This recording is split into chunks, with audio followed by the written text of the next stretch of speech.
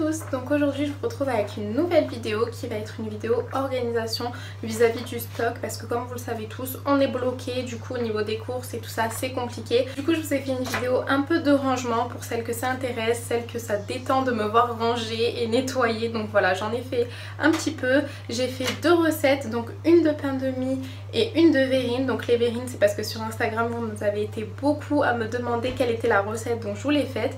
Et le pain de mie c'est parce que quand je suis partie aux courses il n'y avait plus de pain de mie, donc il fallait que j'en fasse pour moi et je me suis dit que ça pouvait être cool de vous montrer comment en faire. Si jamais chez vous il y a aussi des pénuries, c'est super bien de savoir le faire et même par la suite si jamais vous ne voulez plus en acheter.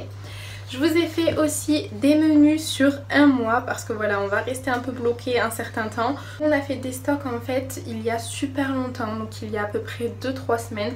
Petit à petit à chaque fois qu'on allait aux courses on prenait 2-3 paquets de farine, 2-3 paquets de sucre etc pour éviter de se ruer parce qu'en fait on le sentait, voilà on regardait quand même l'actualité, on voyait qu'autour de nous beaucoup de pays étaient bloqués, on sentait que ça allait être pour bientôt et on voulait pas se retrouver à court en fait à ce qu'on nous dise par exemple que dans notre région il y avait beaucoup de cas et qu'on allait être bloqué et qu'on ne puisse plus sortir ou nous-mêmes être malades et plus pouvoir sortir faire nos courses. Du coup petit à petit on a fait des stocks et on a bien fait parce qu'au final voilà dans la situation où on est.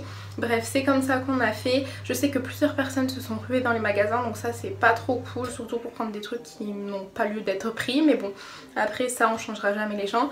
Donc ce que j'ai fait pour vous aider si jamais vous n'avez pas encore fait de stock pour vous, parce qu'apparemment ça va rester encore pendant plusieurs semaines comme ça, et si vous n'avez pas envie de faire des allers-retours au magasin, ce qui est compréhensible parce que au plus on sort au plus on est exposé à peut-être avoir ce virus. Donc je vous ai fait une liste qui est gratuite que je vous mettrai en barre d'infos des aliments en fait les plus courants à prendre pour du stock.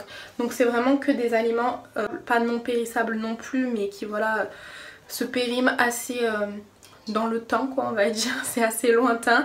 Après bien évidemment il va falloir prendre de la viande, des yaourts, enfin tout ce qui est frais, mais sachez qu'il y a beaucoup de choses que vous pouvez congeler, je vais vous montrer dans la vidéo. Et après bon le frais ça reste basique, ce qu'on prend chaque semaine, mais en tout cas je vous ai fait cette liste pour que vous n'oubliez rien, surtout au niveau des autres.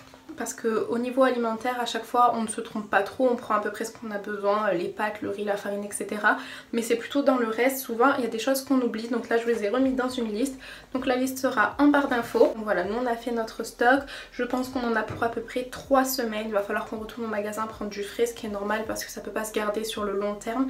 Mais voilà, au niveau de tout ce qui est sec et périssable le plus lointainement possible, on va dire ça va, on est ok et on est tranquille, on a fait nos stocks et voilà.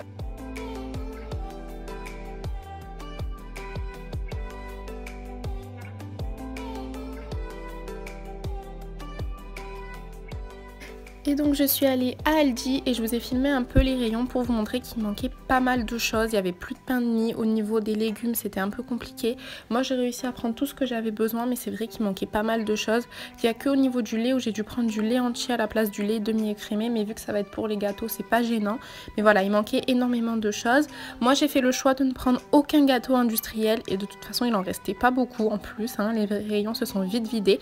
Mais du coup j'ai pris pas mal de farine, je vais vous montrer par la suite. C'est parce que j'ai décidé de tout faire maison pour éviter de m'encombrer surtout, et parce que je vais avoir le temps et que c'est meilleur pour nos enfants.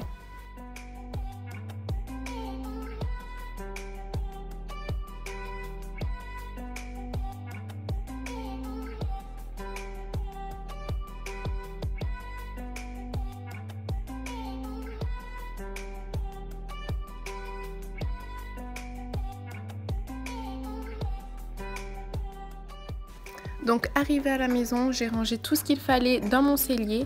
Évidemment j'avais pas assez de place parce que j'ai pris énormément de farine, donc vous allez voir par la suite que je vais tout mettre sur le dessus.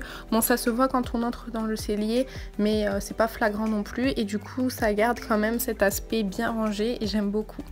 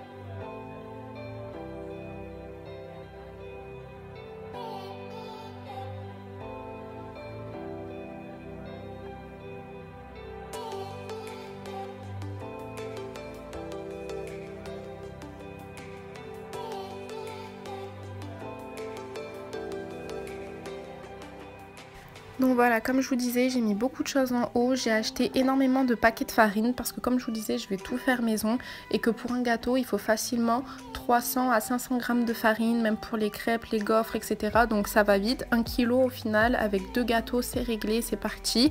Et en plus, moi ici, ils me mangent tout. J'en fais un par jour carrément, hein, ça va vite parce que du coup, ils en prennent pour le petit déjeuner et pour le goûter. Donc c'est pour ça que j'ai pris autant de stock. Bon, du coup ça y est, j'ai réussi à tout ranger, à tout caler du coup sur le dessus. Et là il y a mes boîtes hein, comme d'habitude. Et chose que j'ai pas précisé quand je faisais l'introduction parce que j'ai complètement oublié, mais pensez à acheter des choses que vous utilisez vraiment. Donc par exemple moi j'ai pris beaucoup de levure parce que je vais faire énormément de gâteaux. Donc voilà, après j'ai pris le chocolat, bon le lait ça je l'avais déjà depuis longtemps.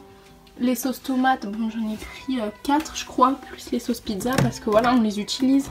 Des sauces comme ça j'en ai pris 3 parce qu'on les utilise. Mais voilà, je préfère préciser parce que j'ai vu énormément de personnes qui prenaient une centaine de litres d'huile. Pareil pour le sel.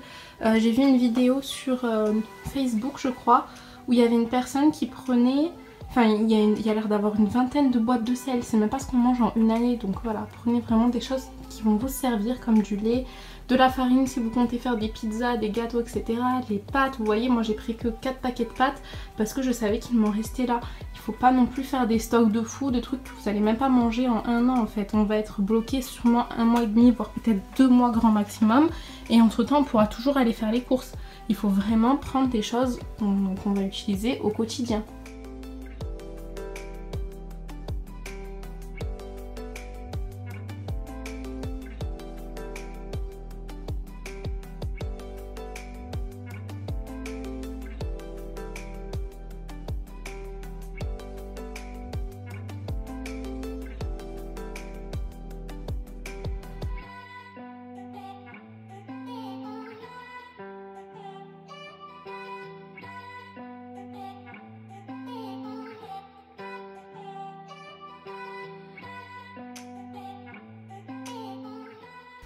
Et donc maintenant je m'attaque au frais, donc ça change pas vraiment, hein. C'est pas le fait qu'on soit bloqué ou pas, j'en ai pris comme d'habitude. Donc j'ai pris des tomates cerises, des fraises, des raisins, un peu de framboise, un peu de myrtille. J'ai pris 3 mangues qui n'étaient pas du tout mûres parce que justement je vais les garder sur le long terme. En fait elles auront le temps de mûrir et je pourrai les manger plus tard.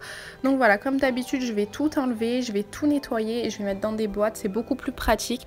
Donc il y en a beaucoup qui me demandent comment je fais pour les garder. Donc quand c'est coupé, en 4-5 jours ça se garde très bien, sachant qu'on est quand même 4 à en manger, donc du coup ça part vite.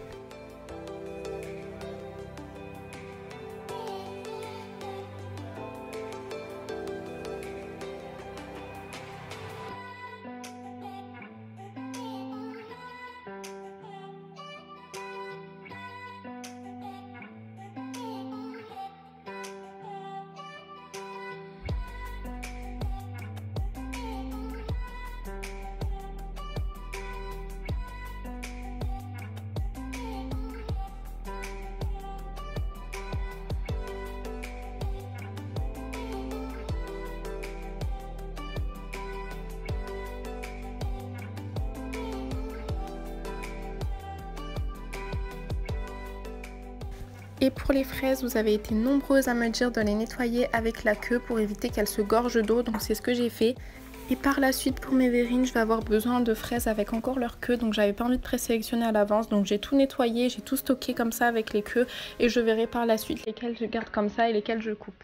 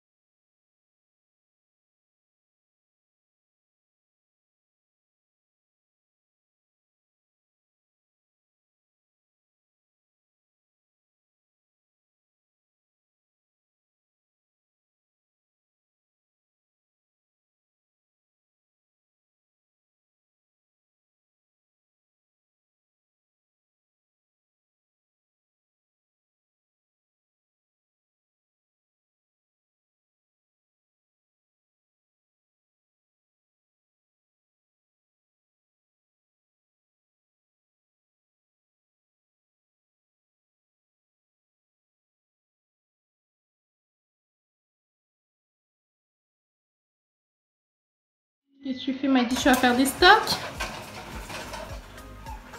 Des pâtes. Tu prends des pâtes? Je vais aller se servir dans mon frigo, je le sens. Qu'est-ce que tu veux, Maddy? Moi, je vais mettre ici. Ben non, ça reste dans le frigo. Non, non, il faut que ça reste au frais, Maddy. C'est le lait. Je vais mettre ici, ça, la carotte. C'est pas la carotte, c'est la courge. Allez, parce que sinon ça va sonner. Donc voilà ce que ça donne pour le frigo. Bon, c'est toujours un peu comme d'habitude. Il n'y a pas forcément plus de stock. J'ai pris un peu plus de yaourt. Mais voilà, sinon au niveau du reste, c'est un peu comme d'habitude. Donc en haut, vous avez les yaourts comme d'habitude. Je ne vais pas dire comme d'habitude à chaque fois, mais voilà, c'est tout le temps comme ça. Là, on a le bac de viande. Derrière, j'ai mis du coup les médicaments et les vaccins. Ensuite, là, on a juste du jus de citron. Le fromage, du coup, j'ai tout bien rangé parce que c'était le bazar. Au moins, ça fait beaucoup mieux dans le bac. Ici, j'ai juste des pâtes fraîches et une demi-baguette entamée.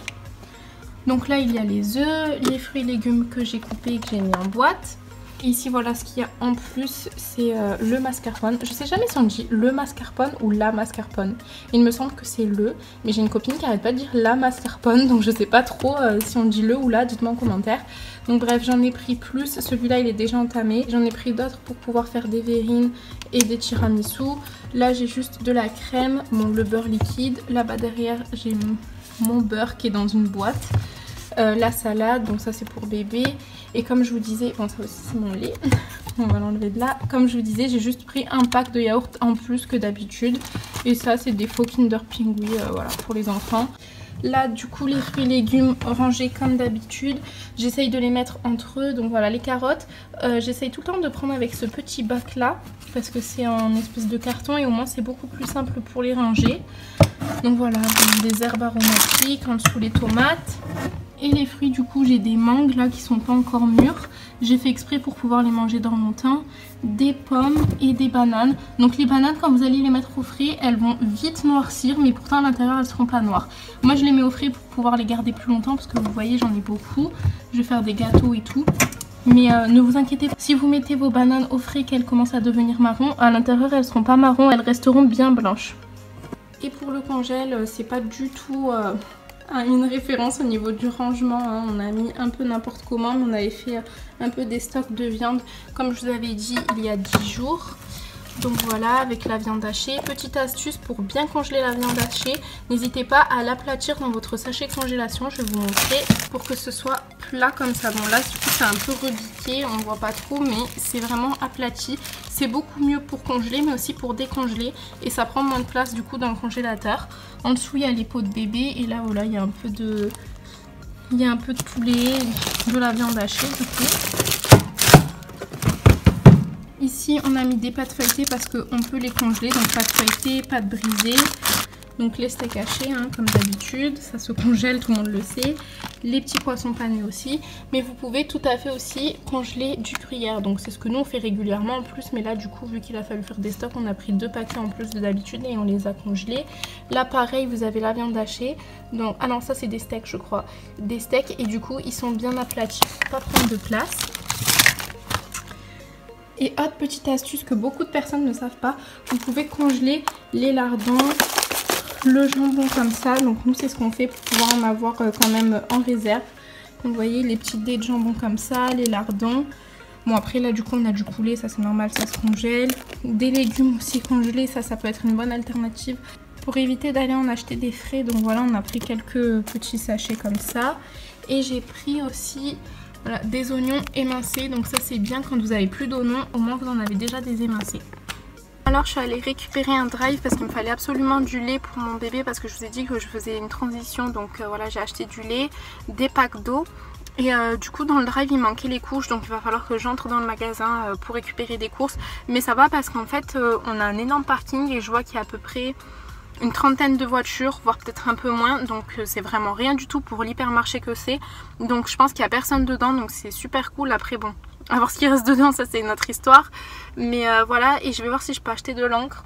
Pas sûr parce que je sais pas si la galerie où il y a les livres et tout, enfin l'espace culturel est ouvert, on verra ça.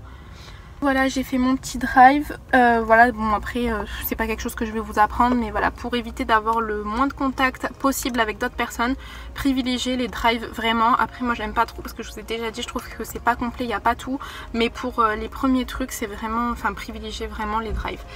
Donc là je vais enfin rentrer dans Leclerc.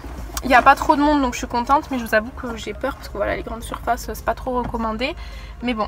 On va y aller, mais en tout cas c'est désert, même pour venir sur la route il n'y avait personne. Je pensais que j'allais me faire arrêter par la police et que je devais leur montrer mon attestation. Donc j'en ai fait une, mais je ne me suis pas fait arrêter, bon peut-être en rentrant, mais en tout cas il n'y a personne, il n'y a pas un chat. Donc c'est plutôt cool, au moins on a moins de contact avec les gens, c'est pas mal. Donc du coup j'y vais. Et à voir les rayons, je pense que je vais vous filmer pour vous montrer un peu, même si je pense que c'est partout pareil et que vous avez déjà vu ça. Mais voilà, au moins je vous montrerai un peu comment c'est par chez moi.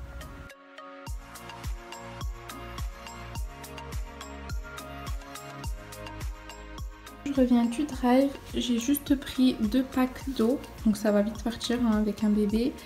J'ai pris 2 boîtes de lait, donc j'ai pris Baby Bio. Pour Maddy je prenais Hip biologique et je les aimais beaucoup, mais là mon Leclerc ils les font pas, donc du coup j'ai quand même pris une marque bio. Donc voilà, Baby Bio. J'ai pris 4 faux Oasis comme ça de la marque Leclerc. Juste pris une salade en sachet, 3 beurres parce qu'il va m'en falloir du coup pour faire les gâteaux et tout, il en faut quand même pas mal. Bon, une simple vinaigrette. J'ai pris des gants si jamais il va falloir qu'on sorte ou quoi pour éviter de toucher les choses qui auraient pu être contaminées par les gens. Et un pack de couches pour bébé. Voilà, c'est tout. J'ai pas pris énormément, mais voilà, de quoi faire et de quoi ne plus sortir pendant au moins 2 semaines.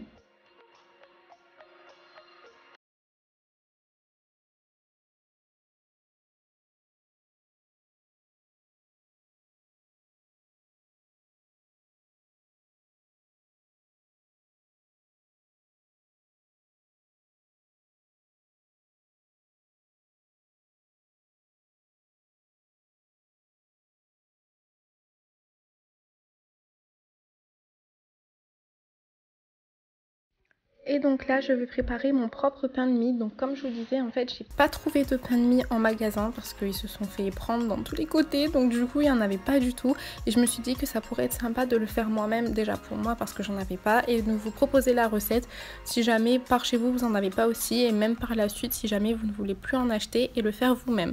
Donc cette recette elle est super simple. Il va vous falloir 500 g de farine, 200 g de levure de boulanger, donc moi j'en prends de la sèche et je vais la mettre dans le lait pour qu'elle se dilue un peu. Il va vous falloir 70 g de beurre, 10 centilitres d'eau, 5 g de sel, donc ça c'est un peu pour saler le pain, c'est obligé, 40 g de sucre, donc j'ai mis du sucre blanc, et 20 centilitres de lait tiède. Donc comme je vous disais, en fait je vais prendre du lait tiède, je vais mettre ma levure de boulangère sèche dedans pour qu'elle se dilue un peu. En attendant, je vais mélanger les ingrédients secs, donc le sel, la farine et le sucre. Je vais bien mélanger. Par la suite je vais faire fondre mon beurre.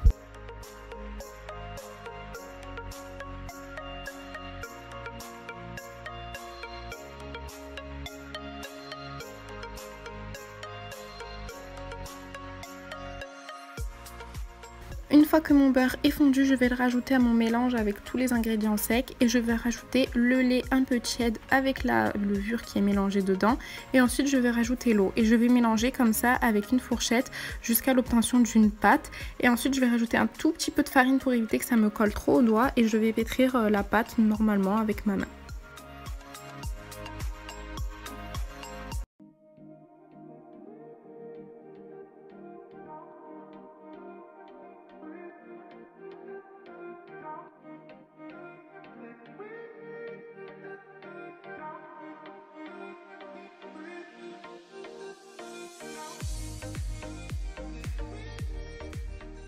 Une fois que vous avez obtenu une belle boule, vous allez la mettre dans un nouveau saladier et vous allez filmer. Et en fait, vous allez laisser reposer votre pâte 1 à 2 heures, histoire qu'elle double de volume et qu'elle touche le plastique.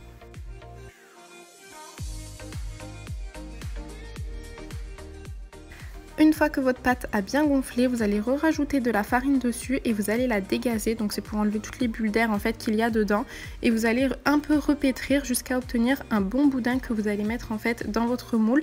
Donc j'ai utilisé un moule à cake pour que c'est vraiment la forme d'un pain de mie. Donc vous allez ensuite beurrer votre moule et mettre votre pâte dedans.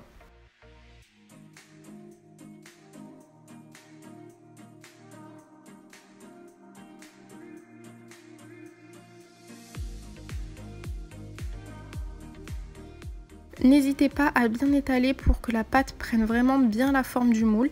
Et vous allez reprendre votre film que vous avez utilisé pour le saladier, vous allez le remettre dessus et vous allez attendre que la pâte gonfle et pareil qu'elle retouche le moule.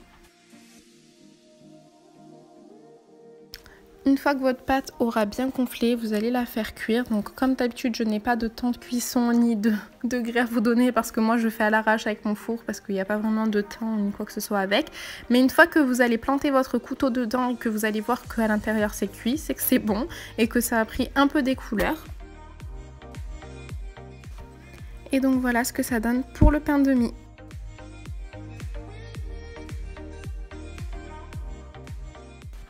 Et maintenant, place à la recette tant attendue, donc les verrines, fraises, mascarpone et spéculoos. Donc c'est vraiment tout simple. Il y a beaucoup de personnes qui m'ont demandé comment on faisait, ça a l'air compliqué mais en fait non, c'est super simple. Donc il va vous falloir pour 8 verrines, 4 œufs. Donc vous allez commencer par séparer les blancs des jaunes.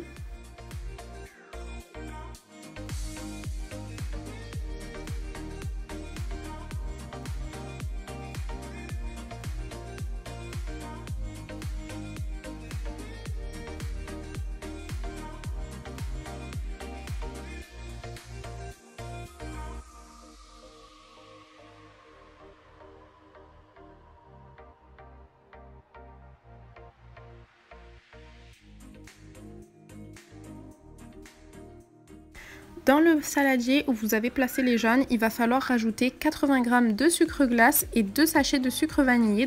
Et vous allez fouetter jusqu'à l'obtention d'un mélange bien clair. Donc vous allez voir au tout début, vous allez fouetter, ce sera du coup jaune. Et ensuite vous continuez jusqu'à ce que le mélange blanchisse. Donc là je vous ai montré quand même la différence entre le mélange blanchi et le dessus où ça n'avait pas été fouetté. Donc voilà, vous mélangez jusqu'à ce que ce soit bien clair.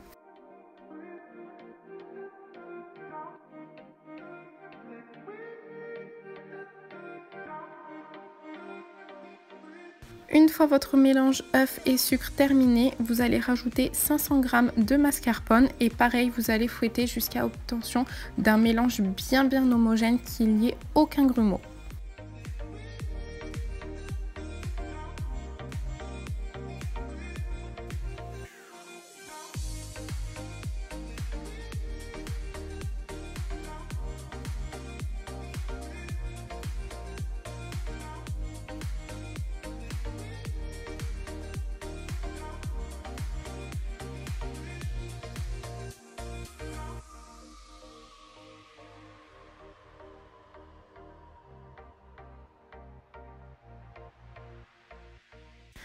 Vous allez réserver la préparation au mascarpone et maintenant on va s'attaquer aux œufs que l'on va juste monter en neige. Donc c'est super facile, vous avez juste à mettre une pincée de sel, vous mettez votre batteur et vous attendez que ça monte. Donc voilà, c'est aussi simple que ça.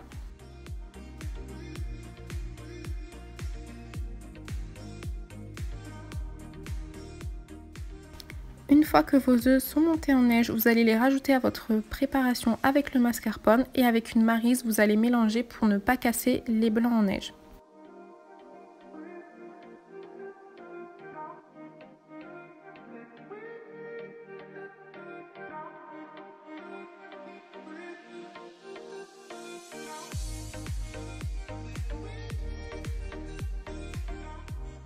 Ensuite dans un mixeur, donc moi j'utilise le Baby Cook parce que ça va plus vite, c'est plus petit, pour prendre dans la main c'est mieux que le gros robot mixeur. Vous allez mettre vos morceaux de spéculoos, donc cassez-les en 2 ou en 3 et ensuite vous allez mixer jusqu'à l'obtention d'une poudre et vous allez mettre dans un bol pour plus tard.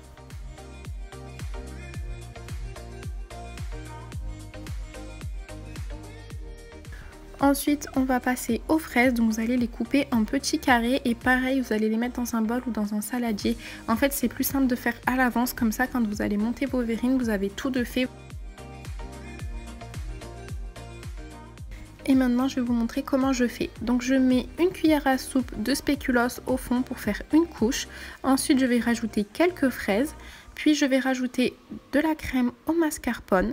Je vais remettre une couche de fraises. Et ensuite, je vais remettre du mascarpone et sur le dessus, je vais saupoudrer de spéculoos. Donc ça sera la première alternative pour les verrines. Donc ça c'est pour les gens qui sont pas trop fans de spéculoos, qui veulent vraiment en mettre que au fond. Sachez que vous pouvez aussi mettre des petits beurres lus si jamais ça vous dérange un peu la cannelle. Vous pouvez mettre en fait les biscuits que vous voulez, il faut juste que ce soit un peu réduit en poudre ou en petits morceaux.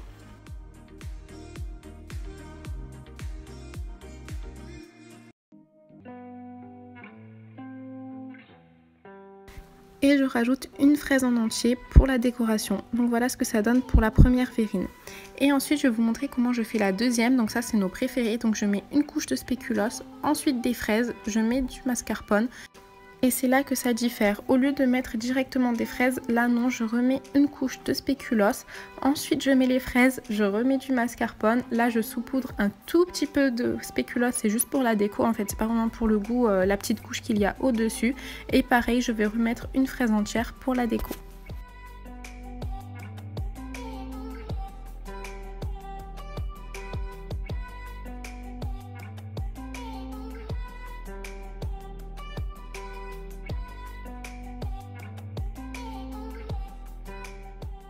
Ensuite, si jamais vous n'avez pas de verre à pied comme moi, vous pouvez tout à fait le faire dans des tasses transparentes. Donc voilà, c'est le même principe, spéculoos, fraise, mascarpone, encore spéculoos, fraise, mascarpone et ensuite sur le dessus, on saupoudre du spéculoos et une fraise en entier pour la déco.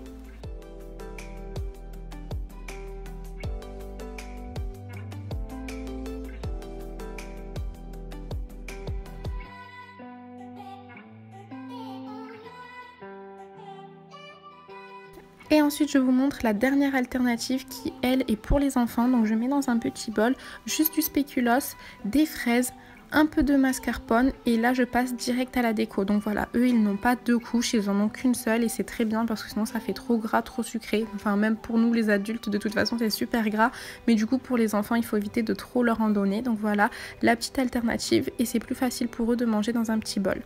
Donc voilà ce que ça donne pour mes petites verrines. Donc j'ai doublé la recette initiale, donc j'en ai eu 8, donc c'était énorme. Finalement on les a mangées, mais voilà je me suis restreint sur d'autres choses parce que sinon j'allais trop grossir, mais en tout cas c'est super bon. J'ai pris mes petites fiches pour faire les menus de la semaine. Donc j'en ai pris qu'une seule et je vais faire à chaque fois lundi. Je vais mettre 3 plats, du coup ça fera pour les 3 semaines. Et je vais tout répertorier après sur cette fiche là pour le mois. Donc si jamais vous voulez les mêmes fiches, je vous les mets dans le petit i pour que vous puissiez les commander vous aussi. Et je vais regarder dans mes anciens menus ce qu'on mange à peu près comme d'habitude. Je me rappelle de ce que j'ai dans la buanderie, dans le frigo et dans le congélateur. Et je vais faire mes menus en fonction de ça.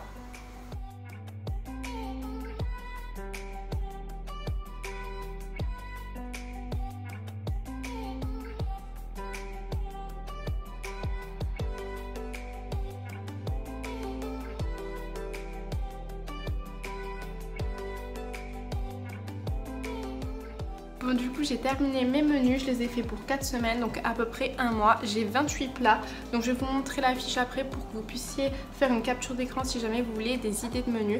Donc voilà, je pense qu'on est bon pour un mois. Il va falloir peut-être qu'on aille racheter un peu de frais, tout ce qui est salade et légumes, mais sinon le reste au niveau de la viande et de tous les aliments secs, on a tout.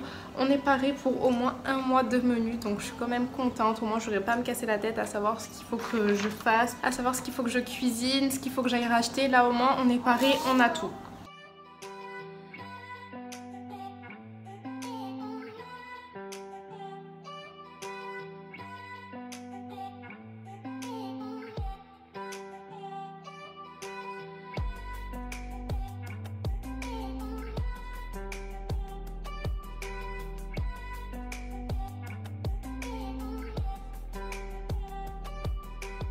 Cette vidéo est terminée, j'espère vraiment qu'elle vous aura plu, qu'elle vous aura motivé à faire les recettes que je vous ai données. Si jamais vous les faites, n'hésitez pas à me taguer sur Instagram, je vous reposterai avec grand plaisir et dites-moi si vous les avez aimées. N'hésitez pas aussi à me dire en commentaire ce que vous en avez pensé, à mettre un pouce bleu et à s'abonner comme d'habitude, vous savez que ça me fait toujours super plaisir. Bisous!